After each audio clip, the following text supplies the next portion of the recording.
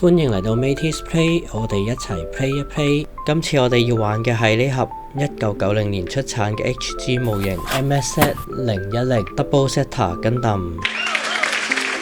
盒嘅側面係呢盒模型嘅解說。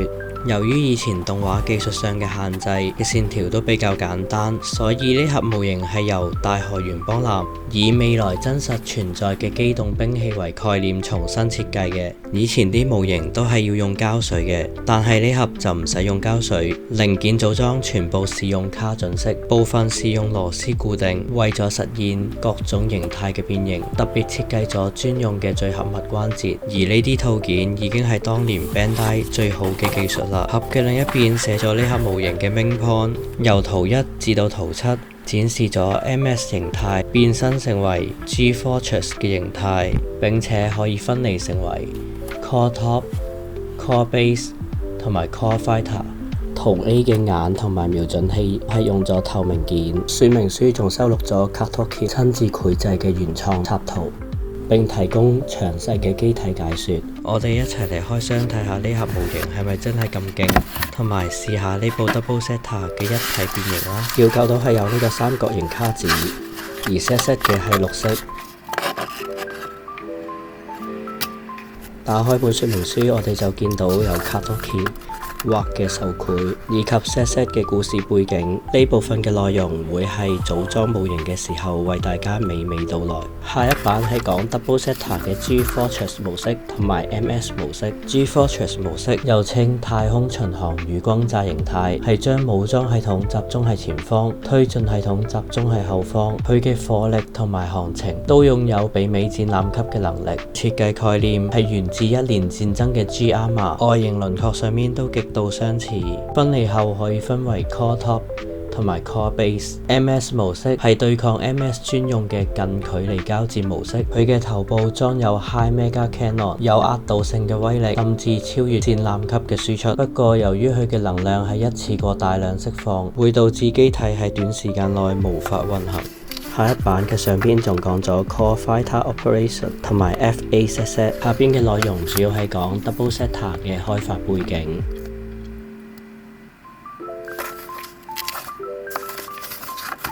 說明書嘅最後一版都係由一位模型師製作呢隻 Double Zeta 嘅感想。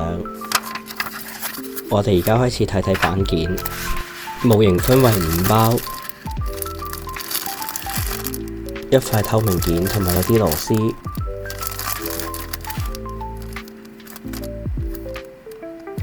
其中一包係玻色成型件。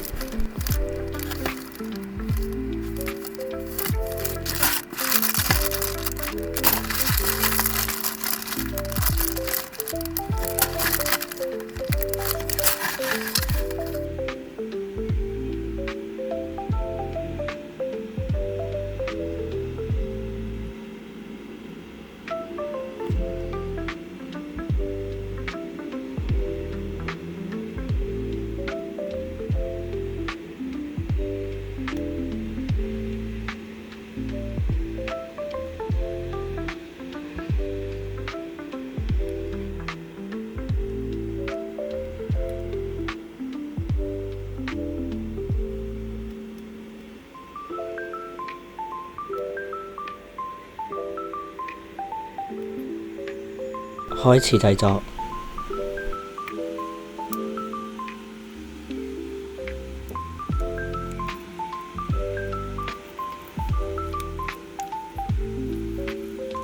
1990年呢啲舊模型都會有好大條罅。接落嚟將由我 AI Simon 為大家介紹剛剛說明書內嘅機體解說。從宇宙世紀0087年至0088年間，是機動戰士的一個激烈變動期。由使用可動骨架的第2世代，到具備變形機構的第3世代，再到追求萬能性能的第4世代試驗機。從量產型到試驗型，種類多達3位數的 MS 登場於戰場。由於奧干與泰坦斯在地球聯邦軍內部的對立，以及以阿古哲斯為中心的自護再起，令地球圈陷入不亞於一年戰爭的混亂狀態。同時，一年戰爭時投入實戰的新兵器 MS 被證明極具效能，各軍紛紛積極導入，作為主力兵器。過多的需求令部分機體偏離了原本以白兵戰為中心的高泛用性機動兵器的目的。更進一步的是，利用可動骨架的變形機體 TMS， 透過變形將推進系統集中於前進方向，提升速度與航程等優勢，使 TMS 成功擴展了 MS 的功能。尤其是推進功能的強化，令 MS 能在大氣圈內飛行。就此 MS 在各戰域都成為主力兵器。為了搭載萬能的功能，機體的巨大化進一步加速，出現了超過30米甚至逼近40米的機體。雖然這些僅僅是試驗機，但如果 MS 的萬能化持續下去，平均全長達到這個程度也不算奇怪。這時期的 MS 可以說是陷入了進化的死胡同，走向了恐龍式的進化。喺呢個時期，誕生咗一部擁有壓倒性戰鬥能力的高達類型 MS， 那就是 Z 計劃的究極機體 MSZ-010 Double Zeta 高達。超高性能機 Double Zeta MSZ-010 是 MSZ-006 Zeta 高達的直系發展型，同時也是以另一個概念開發的高達，代號 Zeta 高達。在這個時期，聯邦係新型 MS 的開發傾向之一，就是復活 RX-78 高達。RX-78 的戰果極為顯著，甚至帶有某種信仰般的神秘性。以高達作為主力，著名的高達類型 MS 包括 RX-178 高達 Mark II 和 Z-006。Zeta 高達 MSZ-010 則是試圖再現 RX-78 的 G-Armor 系統，透過 AB 部件的合體成為 MS 形態。它專注於空戰，不是地面用機體，而是能在大氣圈與宇宙空間中作為戰鬥機運作。最初只是單純得 AB 部件合體分離方式，開發代號 MSZ-009，之後又加入了核心戰機 Core Fighter 系統。這有兩個理由：一，為了搭載全天候顯示器，必須引入以脫出艙為主流的核心戰機系統；二，必須確保足以對抗的火力。為了搭載高出力兵器，需要能容納50兆瓦級的大型武裝，同時也提出了保持機動性的要求，必須將全場控制在20米以內。為了同時滿足這些要求， AE 社的技術團隊開發了小型高出力的發電機，但這需要3個部分的出力。若只用2個部分， MS 全長就必須超過25米，於是才分散為 A、B 及核心區3部分。就係咁，擁有強大火力的高達類型 MSZ-010 Double Zeta 高達誕生了。然而問題仍然存在，在 MS 形態下，3個核心區塊中有2個成為多餘，而且系統過於複雜，導致維修性極差，這也成為不少人批評的焦點。加入變形機構後，機體必然產生脆弱部分，對以白兵戰為主的 MS 來說是問題，因此必須增加補強裝甲。為了提升變形功能所帶來的附加性能，原本 MS 不需要的裝備也被加上，但這些裝備在白兵戰時往往成為累贅。為了補足這些缺陷，必須搭載高出力發電機，並增加裝甲保護各種裝備。結果 MS 逐漸被迫巨大化。TMS 的平均全長相比1年戰爭時約17米的 MS 增加了1成以上，達到20米。Double Zeta 的說明書機體解說就嚟到呢度，請繼續欣賞，後半內容更精彩，將會同場展出4隻1990年出產的 XG 高達，一陣見。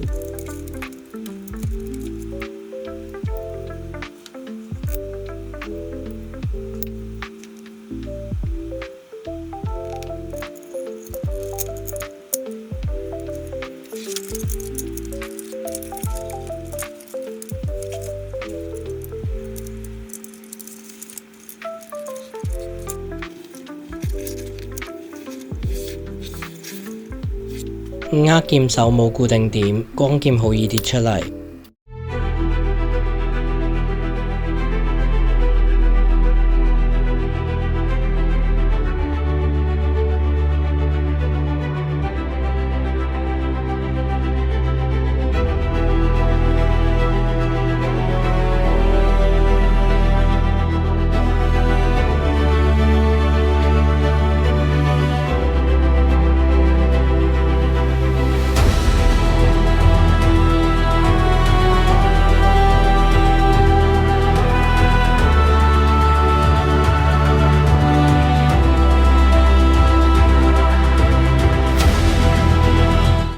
波動方面，頭部可以左右旋轉，抬頭耷低頭嘅幅度係咁多，手臂有個轉軸，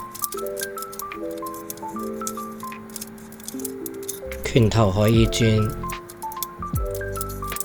手臂內側冇擋板遮蓋，手臂可以轉動，腰部唔可以轉，胸部打開，裏邊有 Core Fighter，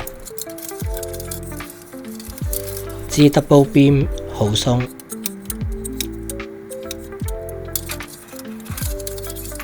紅色翼呢啲位都係好鬆，腳向前向後擺嘅幅度有限，藍色呢隻翼都可以喐。由於 Double Setter 係變形機體，我上咗燒光都好易刮擦。前腰裙甲同腳係連埋一齊，可以轉動。雙腳左右擺動幅度有限，腳掌左右冇得喐。背包可以小範圍喐動，噴射口可以左右小範圍喐動。背包呢個藍色翼都可以轉動，炮管可以咁樣喐。補色方面，我跟翻說明書呢張大學原邦藍畫嘅圖，呢度不塗補咗紅色，呢度補翻黑色，呢度先塗咗黃色，再補翻黑色，呢度裏邊補咗黑色。黃色嘅裏邊補翻黑色，方形嗰兩個噴射器都補翻紅色，背包嘅噴射器細粒嘅補翻裏邊紅色，大粒嘅外邊補咗灰色，嘴補翻紅色，其他位置就係滲線，然後補翻燒光。Double Beam 嘅炮口用咗呢兩罐淺灰同埋深藍色溝住色嚟噴，接落嚟係變身成為 G-Fortress 模式。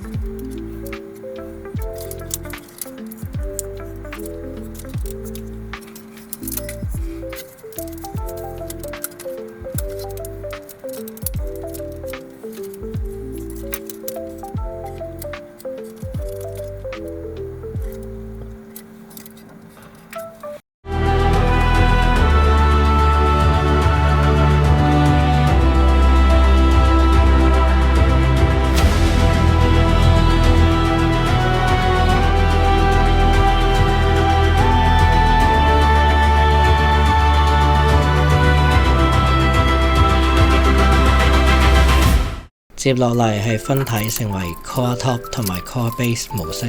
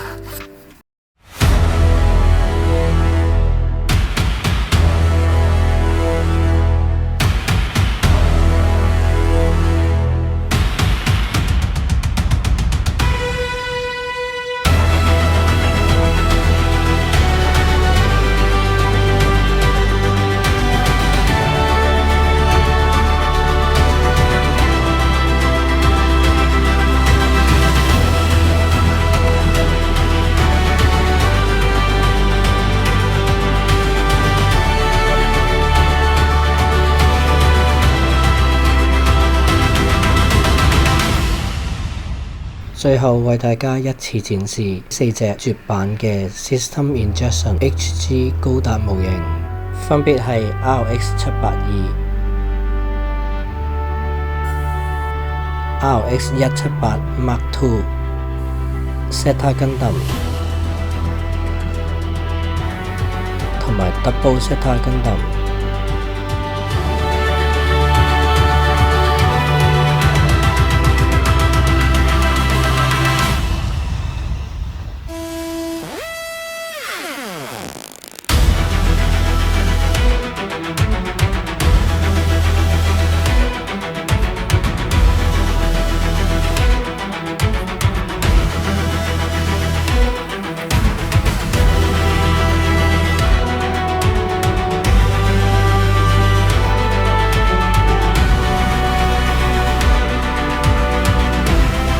仲有咩想知嘅，歡迎喺下邊留言。